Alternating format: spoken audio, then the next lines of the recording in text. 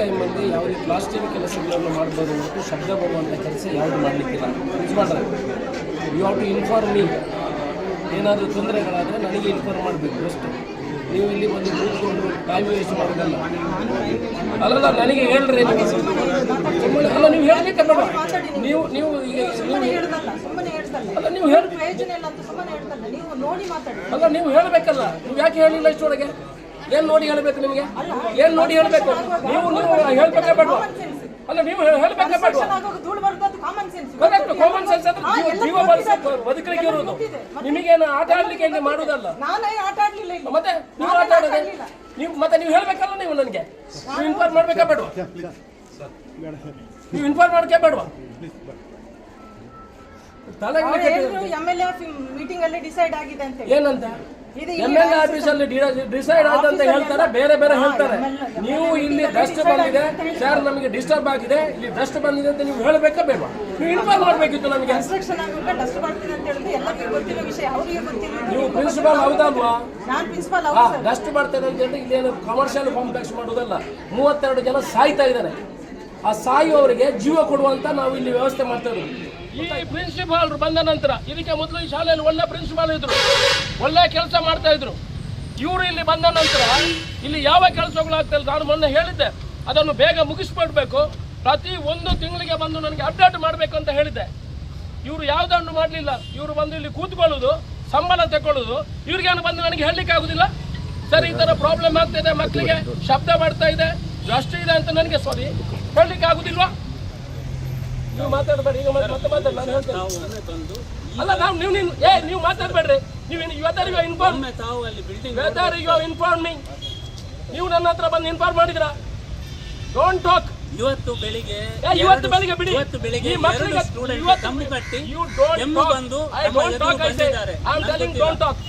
ನೀವು ಅಷ್ಟು student welfare officer ಆಗಿದ್ರೆ ನೀವು ನನ್ನ ಹತ್ರ ಬಂದು ಹೇಳ್ಬೇಕಿತ್ತು. ಹೇಳಿದ್ರ ನೀವು? ಪ್ರತಿದಿನ ನಾವು ಸ್ಟೂಡೆಂಟ್ಸ್ ಅನ್ನು ಹಾಸ್ಪಿಟಲ್ ಕಳಿಸ್ತಾ ಇದ್ದೇವೆ. ಅಲ್ಲ, ನೀವು ನನ್ನ ಹತ್ರ ಬಂದು ಇನ್ಫಾರ್ಮ್ ಮಾಡಿದ್ರ? ಏನ್ ಮಾತಾಡಿದ್ರಿ? ನೀವು ನನ್ನ ಹತ್ರ ಇನ್ಫಾರ್ಮ್ ಮಾಡಿದ್ರ ಅಂತ ಕೇಳಿದ್ರು. I am asking you whether you inform me. ಯಾವುದು whether you inform me? No ಕೊಡ್ಲಿಲ್ವಾ? Stop it. ಕೊಡ್ಲಿಲ್ವಾ? ಪ್ರಿನ್ಸಿಪಾಲ್ ಯಾರಲ್ಲಿ? ಪ್ರಿನ್ಸಿಪಾಲ್ ಕರೀರಿ ಇಲ್ಲಿಗೆ. ಪ್ರಿನ್ಸಿಪಾಲ್ ಕರೀರಿ ಇಲ್ಲಿಗೆ. ಯಾರು ಪ್ರಿನ್ಸಿಪಾಲ್ ಯಾರು ಇಲ್ಲಿ? ಈ ಸ್ಕೂಲ್ ಕಾಲೇಜ್ ಪ್ರಿನ್ಸಿಪಾಲ್ ಯಾರು? You are the principal. ನೀವು ಇನ್ಫಾರ್ಮ್ ಮಾಡ್ಬೇಕಾ ಬೇಡವಾ? ಅಲ್ಲಿ ಧೂಳು ಬಂದಿದೆ, ತೊಂದರೆ ಆಗ್ತದೆ ಅಂತ ಇನ್ಫಾರ್ಮ್ ಮಾಡ್ಬೇಕಾ ಬೇಡವಾ? ಯಾರಿಗೆ ಕೊಟ್ಟಿದ್ರು ಲೆಟ್ರು? MLA ಆಫೀಸ್ ಕಲಿತು ಪೋಸ್ಟಲ್ಲಿ ಕೊರಿಯರಲ್ಲಿ ಕಳಿಸಿದ ನೀವು? ನಿಮ್ಗೆ ಗೊತ್ತಿಲ್ಲ ಇಲ್ಲಿ MLA ಆಫೀಸ್ ಕಲಿತಾರೆ ಹತ್ರ ಇದೆ ಅಂತ? Can't you understand you are the teacher principal of the school college? ನೀವು ಹೇಳಬೇಕಾ ಬೇಡವಾ ನನಗೆ? ನೀವು ಇನ್ಫಾರ್ಮ್ ನಾನು you give me answer for my questions. ಮಕ್ಕಳಿಗೆ ತೊಂದರೆ ಆಗ್ತಾ ಇದ್ದಾರೆ, ಯಾರು ಅಟೆಂಡ್ ಮಾಡಬೇಕು? ಪ್ರಿನ್ಸಿಪಾಲ್ ಅಟೆಂಡ್ ಮಾಡಬೇಕು. ನೀವು ನನಗೆ ಇನ್ಫಾರ್ಮ್ ಮಾಡಬೇಕಾ? ಸರ್, ಈ ಥರ ಆಗ್ತಾ ಇದೆ, ಅಲ್ಲಿ ಧೂಳು ಇದೆ, ಅವರಿಗೆ ತೊಂದರೆ ಆಗ್ತದೆ, ಅಲ್ಲಿ ಶಬ್ದ ಬರ್ತದೆ ಅಂತ ನೀವು ಇನ್ಫಾರ್ಮ್ ಮಾಡಬೇಕಾ ಬೇಡ? ಏನು ಈ ಥರ ಮಕ್ಕಳನ್ನು ಕೂಡಿಸಿ ನೀವು ಕಡೆ ಬನ್ನಿ ಸೀಟಲ್ಲಿ ಕೂಡಿಸಿ ಇದು ಮಾಡಿದ? ಅಲ್ಲಲ್ಲ, ನೀವು ಸೀಟಲ್ಲಿ ಕೂಡಿಸಲಿಲ್ಲ. ನೀವು ಅವ್ರಿಗೆ ಫೆಸಿಲಿಟಿ ಮಾಡಿಕೊಳ್ಳೋ ಕೆಲಸ ಯಾರ್ದು? MLA ಪರ್ಮಿಷನ್ ಕೊಡೋದಲ್ಲ, ಶಾಲೆ ನೋಡಿ. ನಾನು ಹೇಳ್ತೀನಿ, ಅಲ್ಲಿ ನಾವು ಏನು ಕೆಲಸ ಮಾಡ್ತೇವೆ, ಮಕ್ಕಳು ನಿಮಗೆಲ್ಲ ಅಂಡರ್ಸ್ಟ್ಯಾಂಡ್ ಆಗಬೇಕು. ಅಲ್ಲಿ ಕೆಲಸ ಮಾಡ್ತಾ ಇರೋದು, ನಿಮಗೆ ಧೂಳು ಬಂದರೆ ಸರಿ, ನಾನು ಒಪ್ತೀನಿ, ಖಂಡಿತ ಐ ವಿಲ್ ಅಗ್ರಿ. ಧೂಳು ಬರಬಾರ್ದು, ಡಸ್ಟ್ ಬರಬಾರ್ದು, ತೊಂದರೆ ಆಗಬಾರ್ದು, ಕಲೀಲಿಕ್ಕೆ ತೊಂದರೆ ಆಗಬಾರ್ದು. ಇಲ್ಲೆಲ್ಲ ಈಗ ಭಾಷಣ ಮಾಡಿ ಹೋದ್ರಲ್ಲ, ನೀವು 7 ವರ್ಷದಿಂದ ಈ ಜೈಲಿನಲ್ಲಿ ಪಾಠ ಕೇಳ್ತಾ ಇದ್ರಿ. 12 ವರ್ಷದಿಂದ ಈ ಜೈಲಿನಲ್ಲಿ ಪಾಠ ಕೇಳ್ತಾ ಇದ್ರಿ. ನಾನು 7 ಕೋಟಿ ರೂಪಾಯಿ ತರಿಸಿ ನಿಮಗೆ ಅಲ್ಲಿ ಬಿಲ್ಡಿಂಗ್ ಕಟ್ತಾ ಇರೋದು. ಯಾವ ಮಗನೂ ಕೊಡಲಿಲ್ಲ. ದೂರದ್ದು ಭಾರಿ ಸುಲಭ. ಯಾರಾದರೂ 1 ರೂಪಾಯಿ ಕೊಟ್ಟಿದ್ದಾನ? ಇವ್ರು MLA ಆಗಲಿಲ್ವಾ ಹಿಂದೆ? ಇವರು ದುಡ್ಡು ಕೊಟ್ಟಿದ್ದಾರೆ ಇದಕ್ಕೆ. ನಾವೇನು ಅಲ್ಲಿ ಅವ್ರು ನಿಮಗೆ ಡಿಸ್ಟರ್ಬ್ ಮಾಡಬೇಕು, ನಿಮಗೆ ತೊಂದರೆ ಮಾಡಬೇಕು ಅಂತೆಲ್ಲ. ಈ ಪ್ರಿನ್ಸಿಪಾಲ್ರು ನನಗೆ 1 ದಿವಸನೂ ಬಂದು ಹೇಳಿಲ್ಲ, ಅಲ್ಲಿ ಡಸ್ಟ್ ಇದೆ, ಮಕ್ಕಳಿಗೆ ತೊಂದರೆ ಆಗ್ತದೆ ಅಂತ ಹೇಳಿದರೆ ನಾನು ಅದನ್ನು ನಿಲ್ಲಿಸಿ ನಿಮಗೆ ಬೇರೆ ಕೆಲಸವನ್ನು ಅವನ ರಾತ್ರಿಯನ್ನು ಕೆಲಸ ಮಾಡಿಸ್ತಾ ಇದ್ದೆ. ಆನಂತರ ಆ ಕಾಂಟ್ರಾಕ್ಟ್ರು ಹೇಳಿದ್ರಂತೆ, ನಿಮಗೆ 1 ತಿಂಗಳು ರಜೆ ಇತ್ತಾ? 1 ತಿಂಗಳು ರಜೆ ಇತ್ತು. ಆ 1 ತಿಂಗಳಲ್ಲಿ ಮಾಡ್ತೇನೆ, ನಿಮಗೆ ಕಾಲೇಜ್ ಸ್ಟಾರ್ಟ್ ಆಗೋ 20 ದಿವಸ ಸಾಕಿತ್ತು ಅದು ಮಾಡಲಿಕ್ಕೆ. ಆ 20 ದಿವಸ ಆದ ಕೂಡಲೇ ನಾನು ಕ್ಲೀನ್ ಮಾಡಿ ಕೊಡ್ತೇನೆ, ಅವ್ರು ಬಂದರೆ ಕ್ಲೀನ್ ಮಾಡಿ ಕೊಡ್ತೀನಿ ಅಂತ ಹೇಳಿದ್ದ. ನೋಡಿ ಮಕ್ಕಳೇ, ನೀವು ಅರ್ಥ ಮಾಡ್ಕೊಳ್ಬೇಕು. ನಾವು ಅದು ಯಾರಿಗೆ ಮಾಡೋದು? ಆಟ ಆಡಲಿಕ್ಕಲ್ಲ. ಎಷ್ಟೋ ಜನ, 32 ಜನ ಸಾಯ್ತೇನೆ ಅಂತ ಕಾಯ್ತಾ ಇದ್ದಾರೆ ಡಯಾಲಿಸಿಸ್ಗಾಗಿ. ಅವರು ಬಡವರು, 1 ರೂಪಾಯಿ ದುಡ್ಡಿಲ್ಲ ಅವರ ಕೈಯಲ್ಲಿ. 32 ಜನ ಡಯಾಲಿಸಿಸ್ ಅಂತ ಅವರಿಗೆ ಏನು ಡಯಾಲಿಸಿಸ್ ಮಾಡಲಿಕ್ಕೆ ಕಾಯ್ತಾ ಇದ್ದಾರೆ. ನೀವೆಲ್ಲ you are educated, you know very well. ನೀವು ಹಾಗಿದ್ರೆ ನನ್ನ ಹತ್ರ ಬಂದು ಹೇಳ್ಬೋದಿತ್ತು, ನಾನು ಅಟೆಂಡ್ ಮಾಡ್ತಾ ಇದ್ದೆ. ಸಾವಿನ ಅವ್ರು ಯಾವ ಇವತ್ತು ಸಾಯ್ತಾರ ನಾಳೆ ಸಾಯ್ತಾರ ಅಂತ ಕಾಯ್ತಾ ಇದ್ದಾರೆ 32 ಜನ. ಡಯಾಲಿಸಿಸ್ ಮಾಡಲಿಕ್ಕೆ ಅವ್ರದ್ದು ದುಡ್ಡಿಲ್ಲ, ಸರ್ಕಾರದಿಂದ ಫ್ರೀ ಮಾಡಲಿಕ್ಕೆ ನಾವು ಇಲ್ಲಿ ಅಲ್ಲಿ ಜಾಗ ಇಲ್ಲ ಅಂತ ಹೇಳ್ಬಿಟ್ಟು ನಾವು ಇಲ್ಲಿ ಅವರಿಗೆ ಡಯಾಲಿಸಿಸ್ ಉಚಿತವಾಗಿ ಕೊಡಬೇಕು, ಇಲ್ಲಿ ಜಾಗ ಇದೆ ಅಂತ ಹೇಳ್ಬಿಟ್ಟು ತಹಸೀಲ್ದಾರು ನಾನು ಎ ಸಿ ಅವರು ಡಿಸ್ಕಷನ್ ಮಾಡಿ ಅವರಿಗೆ ಒಂದು ಜಾಗ ಮಾಡಿ ಕೊಡುವಂತ ಮಾಡಿಕೊಟ್ಟದ್ದು. ನಿಮಗೆ ಡಿಸ್ಟರ್ಬ್ ಮಾಡಬೇಕಂತಲ್ಲ, ಅಡ್ವಾನ್ಸ್ ವರ್ಕ್ ಅದು ಕೂಡ ದುಡ್ಡು ಇರಲಿಲ್ಲ.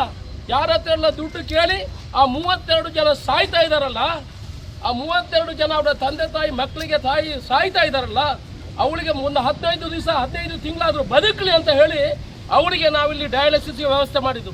ನಿಮಗೆ ಧೂಳು ಮಾಡಬೇಕಂತ ಅಲ್ಲ. ನೀವು ಒಂದು ಮಾತು ನನ್ನ ಹತ್ರ ಹೇಳ್ತಾ ಇದ್ರೆ ಇದು ನಮ್ಮ ಪುತ್ತೂರಿಗೆ ಶೋಭೆ ತರುವಂಥದ್ದು. ನಿಮ್ಮ ಮಕ್ಕಳಿಗೆ ನೀವು ತೊಂದರೆ ಮಾಡಲಿಕ್ಕೆ ನಾವು ಮಾಡುದಾ? 7 ಕೋಟಿ ರೂಪಾಯಿ ತಂದು ಅವರಿಗೆ ಕಾಂಟ್ರಾಕ್ಟರ್ ಹತ್ರ ಗಲಾಟೆ ಮಾಡಿ ಬೇಗ ಬೇಗ ಮಾಡಬೇಕು ಅಂತ ಹೇಳ್ತದೆ. ಈ ಪ್ರಿನ್ಸಿಪಾಲ್ ಬಂದ ನಂತರ, ಇದಕ್ಕೆ ಮೊದಲು ಈ ಶಾಲೆಯಲ್ಲಿ ಒಳ್ಳೆ ಪ್ರಿನ್ಸಿಪಾಲ್ ಇದ್ರು, ಒಳ್ಳೆ ಕೆಲಸ ಮಾಡ್ತಾ ಇದ್ರು. ಇವರು ಇಲ್ಲಿ ಬಂದ ನಂತರ ಇಲ್ಲಿ ಯಾವ ಕೆಲಸಗಳಾಗ್ತಾ ಇಲ್ಲ. ನಾನು ಮೊನ್ನೆ ಹೇಳಿದ್ದೆ ಅದನ್ನು ಬೇಗ ಮುಗಿಸ್ಬಿಡ್ಬೇಕು, ಪ್ರತಿ 1 ತಿಂಗಳಿಗೆ ಬಂದು ನನಗೆ ಅಪ್ಡೇಟ್ ಮಾಡಬೇಕು ಅಂತ ಹೇಳಿದ್ದೆ. ಇವರು ಯಾವುದನ್ನು ಮಾಡಲಿಲ್ಲ. ಇವರು ಬಂದು ಇಲ್ಲಿ ಕೂತ್ಕೊಳ್ಳೋದು, ಸಂಬಳ ತಗೊಳ್ಳೋದು, ಇವ್ರಿಗೇನು ಬಂದು ನನಗೆ ಹೇಳಲಿಕ್ಕೆ ಆಗುದಿಲ್ಲ. ಸರ್ ಈ ಥರ ಪ್ರಾಬ್ಲಮ್ ಆಗ್ತಿದೆ, ಮಕ್ಕಳಿಗೆ ಶಬ್ದ ಮಾಡ್ತಾ ಇದೆ, ಅಷ್ಟು ಇದೆ ಅಂತ ನನಗೆ ಹೇಳಲಿಕ್ಕೆ ಆಗುದಿಲ್ವಾ? ಒಂದು ದಿವಸ ಇನ್ಫಾರ್ಮ್ ಮಾಡಿದ್ದಾರೆ ಇವರು. ನಾನು ಅವರನ್ನು ಕರೆದು ರಾತ್ರಿ ಕೆಲಸ ಮಾಡ್ತಾ ಇರಲಿಲ್ವಾ, ಕ್ಲೀನ್ ಮಾಡಿ ಕೊಡ್ತಾ ಇರಲಿಲ್ವಾ? ನಾನು ನಿಮಗೆ ಹೇಳುವಂಥದ್ದು, ನೀವೆಲ್ಲ ಮಕ್ಕಳು, ನೀವೆಲ್ಲ ಕಲ್ತವರು, ನಾವೇನೋ ಅಲ್ಲಿ ಆಟ ಆಡಲಿಕ್ಕೆ ಮಾಡ್ತಾ ಇದ್ದಲ್ಲ. 32 ಜನ ಇವತ್ತು ಸಾಯ್ತಾನೆ ನಾಳೆ ಸಾಯ್ತಾನೆ ಅಂತ ಇದ್ದಾರೆ. ಅವರಿಗೆ ಡಯಾಲಿಸಿಸ್ ವ್ಯವಸ್ಥೆಯನ್ನು ಮಾಡಬೇಕು ಅಂತ ಮಾಡೋದು. ನೀವು ದಯಮಾಡಿ ನೀವೆಲ್ಲ ಕ್ಲಾಸಿಗೆ ಹೋಗಬೇಕು.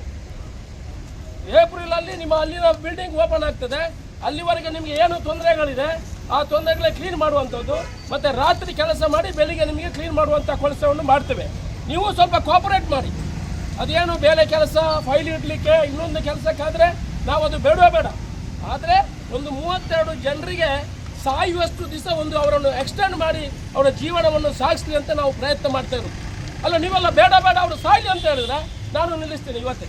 You tell me, if they die let them die. We wanted to stop the work ಅಂತ ಹೇಳಿದ್ರೆ we will stop it. I don't mind.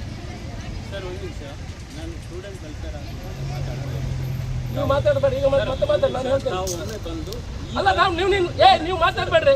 ನೀವು ವೆದರ್ ಯು ಇನ್ಫಾರ್ಮ್, ಒಮ್ಮೆ ತಾವು ಅಲ್ಲಿ building whether you inform me. ನೀವು ನನ್ನ ಹತ್ರ ಬಂದು ಇನ್ಫಾರ್ಮ್ ಮಾಡಿದ್ರಾ? Don't talk. ಇವತ್ತು ಬೆಳಿಗ್ಗೆ ಬಿಡಿ. ಇವತ್ತು ಬೆಳಿಗ್ಗೆ ಈ ಮಕ್ಕಳಿಗೆ ಸ್ಟೂಡೆಂಟ್ ಕಮ್ಮು ಕಟ್ಟಿ ಕೆಮ್ಮು ಬಂದು ಬಂದಿದ್ದಾರೆ. ನೀವು ಅಷ್ಟು ಸ್ಟೂಡೆಂಟ್ ವೆಲ್ಫೇರ್ ಆಫೀಸರ್ ಆಗಿದ್ರೆ ನೀವು ನನ್ನ ಹತ್ರ ಬಂದು ಹೇಳ್ಬೇಕಿತ್ತು, ಹೇಳಿದ್ರ? ನೀವು ಪ್ರತಿದಿನ ನಾವು ಸ್ಟೂಡೆಂಟ್ಸ್ ಅನ್ನು ಹಾಸ್ಪಿಟಲ್ ಕಳಿಸ್ತಾ ಇದ್ದೇವೆ. ಅಲ್ಲ, ನೀವು ನನ್ನ ಹತ್ರ ಬಂದು ಇನ್ಫಾರ್ಮ್ ಮಾಡಿದ್ರ? ಏನು ಮಾತಾಡಿದ್ರಿ? ನೀವು ನನ್ನ ಹತ್ರ ಇನ್ಫಾರ್ಮ್ ಮಾಡಿದ್ರ ಅಂತ ಕೇಳಿ. I am asking you whether you inform me. ಯಾವುದು whether you inform me? No ಕೊಡ್ಲಿಲ್ವಾ? Stop it. ಕೊಡ್ಲಿಲ್ವಾ?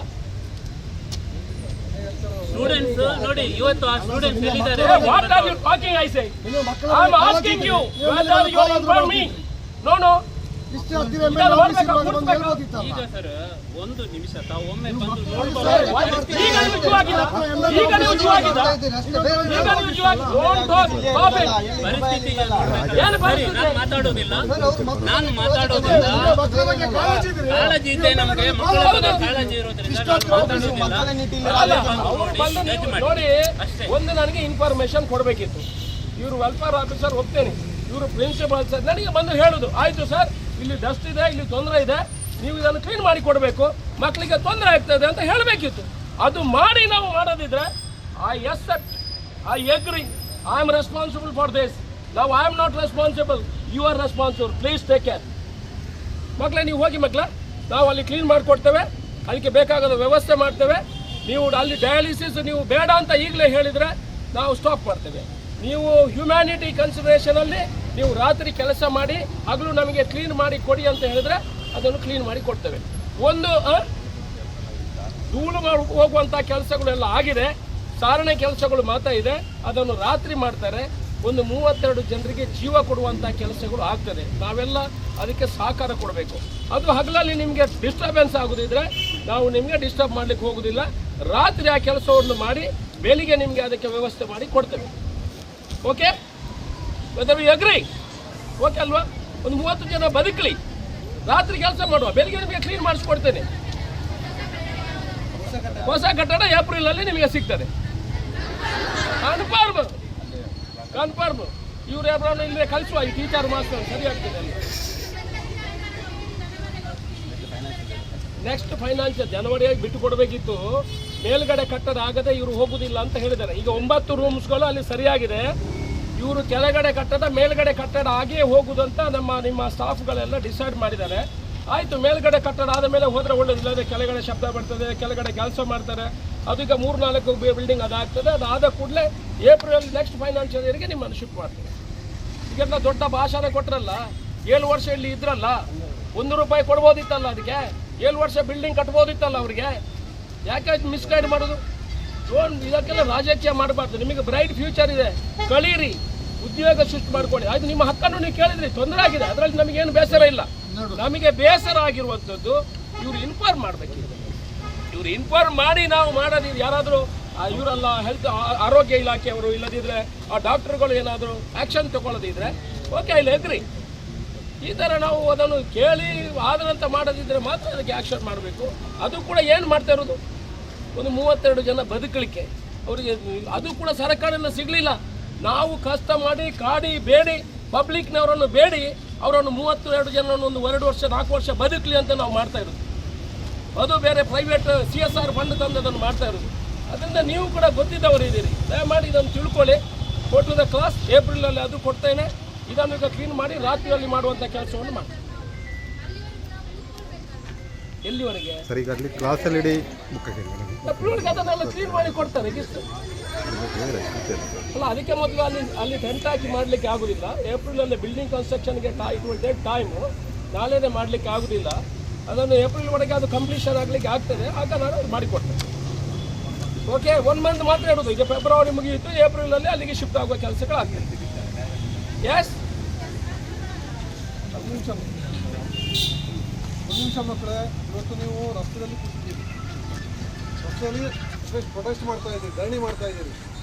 ನೀವು ಇದನ್ನು ಮಾಡೋ ಮೊದಲು ನಿಮ್ಮ ಪ್ರಿನ್ಸಿಪಾಲ್ಗೆ, ನಿಮ್ಮ ಲೆಕ್ಚರರ್ಸ್ಗೆ, ನಿಮ್ಮ ವೆಲ್ಫೇರ್ ಆಫೀಸರ್ ಜೊತೆ ಚರ್ಚೆ ಮಾಡಿದ್ದೀರೋ ನನಗೆ ಗೊತ್ತಿಲ್ಲ. ಸಾರ್ವಜನಿಕ ರಸ್ತೆಯಲ್ಲಿ ಪ್ರತಿಭಟನೆ ಮಾಡೋದಕ್ಕೆ ಒಂದು ಪ್ರಕ್ರಿಯೆ ಇದೆ. ಸಂಬಂಧಪಟ್ಟವರಿಗೆ ಮೊದಲೇ ಮಾಹಿತಿ ಕೊಡಬೇಕು, ಸಂಬಂಧಪಟ್ಟವರಿಂದ ಅನುಮತಿ ತಗೊಂಡು ನೀವು ಪ್ರೊಟೆಸ್ಟನ್ನು ಮಾಡಬೇಕು. ನೀವು ಈ ರಸ್ತೆಯಲ್ಲಿ ಕೂತಿರೋದ್ರಿಂದ ಸಾರ್ವಜನಿಕರಿಗೆ ತೊಂದರೆ ಆಗ್ತಾ ಇದೆ. ಅದು ಪಬ್ಲಿಕ್ ರೋಡು, ಕಾಂಕ್ರೀಟ್ ರೋಡ್. ನಿಮಗೆ ನಿಮ್ಮ ಪ್ರಿನ್ಸಿಪಾಲ್ ಇರ್ಬೋದು, ಲೆಕ್ಚರ್ಸ್ ಇರ್ಬೋದು, ಗೈಡ್ ಮಾಡಬೇಕಾಗಿತ್ತು. ಪ್ರೊಟೆಸ್ಟ್ ಮಾಡೋಂಗಿದ್ರೆ ಇದರ ಗೇಟ್ ಒಳಗಡೆ ಮಾಡೋದಕ್ಕೆ ಅವಕಾಶ ಇತ್ತು. ಯಾರು ಇದನ್ನು ನಿಮ್ಗೆ ಮಿಸ್ಗೈಡ್ ಮಾಡಿದಾರೆ ಅಥವಾ ನೀವೇ ಮಾಡಿದ್ದೀರಾ, ಇದು ಕಾನೂನು ಪ್ರಕಾರ ಸರಿ ಇಲ್ಲ ಇದು. ಆದ್ದರಿಂದ ದಯವಿಟ್ಟು ನಾನು ಹೇಳ್ತಕ್ಕಂಥದ್ದು, ಶಾಸಕರು ಹೇಳಿದ್ದಾರೆ, ನಿಮಗೆ ಕ್ಲಾಸ್ ನಡೆಯೋದಕ್ಕೆ ಧೂಳು ಬರದಂಗೆ ಏನು ವ್ಯವಸ್ಥೆ ಬೇಕು ಅದನ್ನು ಮಾಡಿಸ್ಕೊಡ್ತಾರೆ. ಟಾರ್ಪಾಲ್ ಕಟ್ಟೋದಿರ್ಬೋದು ಅಥವಾ ರಾತ್ರಿ ಕೆಲಸ ಮಾಡಿ ನಿಮ್ಮ ಕ್ಲಾಸ್ ನಡೆಯುವಂಥ ಅವಧಿಯಲ್ಲಿ ನಿಮಗೆ ಪಾಠಕ್ಕೆ ತೊಂದರೆ ಆಗದಂಗೆ ಮಾಡ್ತಕ್ಕಂಥ ಕೆಲಸ ಮಾಡ್ತೀನಿ ಅಂತ ಹೇಳಿದ್ದಾರೆ. ನೆಕ್ಸ್ಟ್ ಅಕಾಡೆಮಿಕ್ ಇಯರ್ ಏಪ್ರಿಲ್ ಮೇನಲ್ಲಿ ನಿಮ್ಮ ಕಾಲೇಜ್ ಸ್ಟಾರ್ಟ್ ಆದಾಗ ಹೊಸ ಬಿಲ್ಡಿಂಗ್ಗೆ ಶಿಫ್ಟ್ ಮಾಡ್ತೀನಿ ಅಂತ ಹೇಳಿದ್ದಾರೆ. ಆದ್ದರಿಂದ ದಯವಿಟ್ಟು ನನ್ನ ರಿಕ್ವೆಸ್ಟ್ ಇಷ್ಟೇ, ಕಾನೂನು ಪಾಲಕನಾಗಿ ನಾನು ಹೇಳೋದಿಷ್ಟೇ, ನೀವೆಲ್ಲ ಓದಿದ್ದೀರಿ, ನಿಮಗೆ ಕಾನೂನು ಏನು ಅಂತ ಗೊತ್ತಿದೆ. ಸಾರ್ವಜನಿಕ ರಸ್ತೆಯಲ್ಲಿ ಬಂದು ಸಾರ್ವಜನಿಕರ ಮೂವ್ಮೆಂಟಿಗೆ ಅಡಚಣೆ ಮಾಡಿದರೆ ಇದು ಕಾನೂನು ಪ್ರಕಾರ ತಪ್ಪಾಗ್ತದೆ, ಕಾನೂನು ಕ್ರಮ ತಗೋಬೇಕಾಗ್ತದೆ. ಆದ್ದರಿಂದ ದಯವಿಟ್ಟು MLA ಅವರು ತಮಗೆ ರಿಕ್ವೆಸ್ಟ್ ಮಾಡಿದ್ದಾರೆ, ತಾಲೂಕು ದಂಡಾಧಿಕಾರಿಗಳಿದ್ದಾರೆ, ದಯವಿಟ್ಟು ತಮ್ಮ ಕ್ಲಾಸಿಗೆ ತಾವು ತೆರಳಬೇಕು, ಹೋಗಬೇಕು, ಹೋಗಿ. ಇಲ್ಲಾಂದರೆ ಕಾನೂನು ಕ್ರಮಗಳೆಲ್ಲ ಆಗ್ತದೆ. ದಯಮಾಡಿ ನಮ್ಮನ್ನು ಬ್ಲೇಮ್ ಮಾಡಬೇಡಿ. ದಯಮಾಡಿ ಕ್ಲಾಸಿಗೆ ಹೋಗಿ. ರೋಡ್ ಥರ ಬ್ಲಾಕ್ ಮಾಡಲಿಕ್ಕಿಲ್ಲ. ದಯಮಾಡಿ ಕ್ಲಾಸಿಗೆ ಹೋಗಿ ಅದಕ್ಕೆ ಬೇಕಾದ ವ್ಯವಸ್ಥೆಗಳು ಮಾಡಿ. ಹೋಗಿ ಇಲ್ಲಾಂದರೆ ತೊಂದರೆ ಆಗ್ತದೆ. ದಯಮಾಡಿ ಕ್ಲಾಸಿಗೆ ಹೋಗಿ.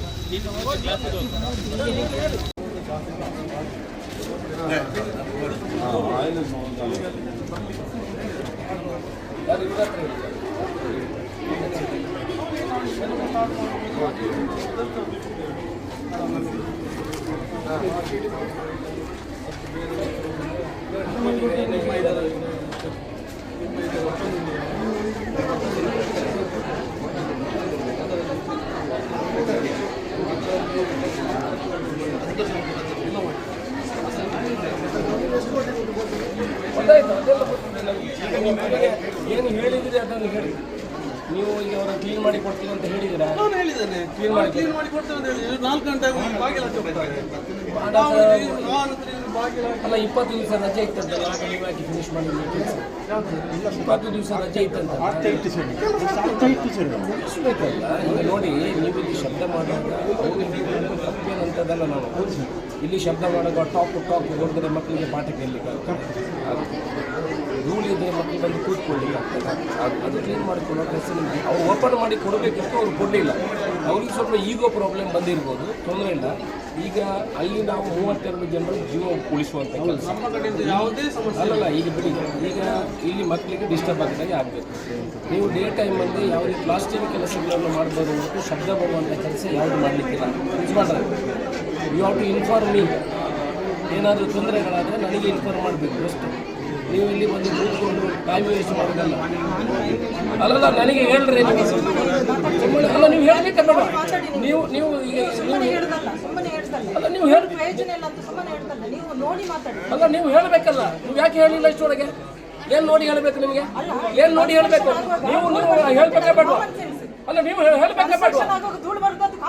ಕರೆಕ್ಟ್, ಕಾಮನ್ ಸೆನ್ಸ್ ಅಂದ್ರೆ ಜೀವ ಬದುಕಲಿಕ್ಕೆ ಇರೋದು. ನಿಮಗೇನು ಆಟ ಆಡ್ಲಿಕ್ಕೆ ಇಲ್ಲಿ ಮಾಡುವುದಲ್ಲ. ಮತ್ತೆ ನೀವು ಆಟ ಆಡೋದೆ ನೀವು. ಮತ್ತೆ ನೀವು ಹೇಳ್ಬೇಕಲ್ಲ. ನೀವು ನನಗೆ ನೀವು ಇನ್ಫಾರ್ಮ್ ಮಾಡ್ಬೇಕಾ ಬೇಡವಾ? ನೀವು ಇನ್ಫಾರ್ಮ್ ಮಾಡ್ಕೇ ಬೇಡವಾ?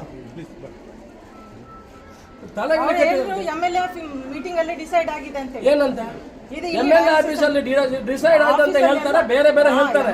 ನೀವು ಇಲ್ಲಿ ಡಸ್ಟ್ ಬಂದಿದೆ ಸರ್, ನಮಗೆ ಡಿಸ್ಟರ್ಬ್ ಆಗಿದೆ, ಇಲ್ಲಿ ಡಸ್ಟ್ ಬಂದಿದೆ ಅಂತ ನೀವು ಹೇಳಬೇಕಾ ಬೇಡವಾ? ನೀವು ಇನ್ಫಾರ್ಮ್ ಮಾಡಬೇಕಿತ್ತು ನಮಗೆ. ನೀವು ಪ್ರಿನ್ಸಿಪಾಲ್ ಹೌದಲ್ವಾ? ಡಸ್ಟ್ ಬರ್ತದೆ ಅಂತ ಹೇಳಿ ಇಲ್ಲೇನು ಕಮರ್ಷಿಯಲ್ ಕಾಂಪ್ಲೆಕ್ಸ್ ಮಾಡೋದಲ್ಲ. 32 ಜನ ಸಾಯ್ತಾ ಇದ್ದಾರೆ. ಆ ಸಾಯುವವರಿಗೆ ಜೀವ ಕೊಡುವಂತ ನಾವು ಇಲ್ಲಿ ವ್ಯವಸ್ಥೆ ಮಾಡ್ತಾ ಇರೋದು, ಗೊತ್ತಾಯ್ತಲ್ಲ? ಏನು ಇಲ್ಲಿ ಬೇರೆ ಏನು ಮಕ್ಕಳಿಗೆ ತೊಂದರೆ ಆಗ್ಬೇಕು ಅಂತ ಮಾಡಿದ್ರೆ ಅಲ್ಲ, ಮಾಡಬೇಡ ಅಂತ ಹೇಳಿದ್ರೆ ನೀವು ಇನ್ಫಾರ್ಮ್ ಮಾಡಬೇಕು ನಮಗೆ. ತೊಂದರೆ ಆಯ್ತು ನೀವು ಡೇ ಟೈಮಲ್ಲಿ ಮಾಡಿ. ಸರ್, ನಾವು ಧೂಳಾಗಬಾರ್ದು ಅಂತ ಹೊರೆಯಿಂದ ಮಣ್ಣು ತಂದು ನಾವು ಇಲ್ಲಿ ಆಯ್ತು. ಈಗ ಅದೆಲ್ಲ ಬೇಡ. ಈಗ ಇದನ್ನು ತೆಗೆದು ಬಾಕಿದೆಲ್ಲ ನೀವು ನೈಟಲ್ಲಿ ಮಾಡಬೇಕು. ಬಾಕಿ ಕೆಲಸಗಳು ಪ್ಲಾಸ್ಟಿಂಗ್ ಇದ್ರೆ ಮಾತ್ರ ಡೇ ಅಲ್ಲಿ ಮಾಡಬೇಕು ಹೊರತು ಬೇರೆ ಯಾವ ಕೆಲಸಗಳು ಡೇ ಅಲ್ಲಿ ಮಾಡಲಿಕ್ಕಿಲ್ಲ. ಹೊಡೆಯುವಂಥದ್ದು, ಶಬ್ದ ಮಾಡುವಂಥದ್ದು, ಡ್ರಿಲ್ ಮಾಡುವಂಥದ್ದು ಯಾವುದನ್ನು ಕೂಡ ನೀವು ಡೇ ಟೈಮಲ್ಲಿ ಮಾಡಲಿಕ್ಕಿಲ್ಲ, ಗೊತ್ತಾಯ್ತಲ್ಲ? ಹಗಲು ರಾತ್ರಿಯಲ್ಲಿ ಮಾಡಿ. ಬಾಕಿದು ಪ್ಲಾಸ್ಟಿಂಗು ಬಾಕಿದೆಲ್ಲ ಫಿನಿಶ್ ಮಾಡಿ ಕೊಡಿ. ಇದನ್ನು ಯಾವುದು ನೀವು ಈಗ ಇಲ್ಲಿ ಹೊಡಿಬೇಕು, ಡೋರ್ ಮಾಡಬೇಕು, ಅದನ್ನೆಲ್ಲ ಡೇ ಟೈಮಲ್ಲಿ 5 ಗಂಟೆ. ಎಷ್ಟು ಗಂಟೆಗೆ ಕಾಲೇಜ್ ಮುಗಿತದೆ? ಅಲ್ಲಲ್ಲ, ಎಷ್ಟು ಗಂಟೆಗೆ? 4 ಗಂಟೆ. 4ರಿಂದ 10 ಗಂಟೆವರೆಗೆ ಮಾಡಿ. 4 ಗಂಟೆಗೆ ಹೋಗ್ತಾರೆ, 4ರಿಂದ 10 ಗಂಟೆವರೆಗೆ ಮಾಡಿ.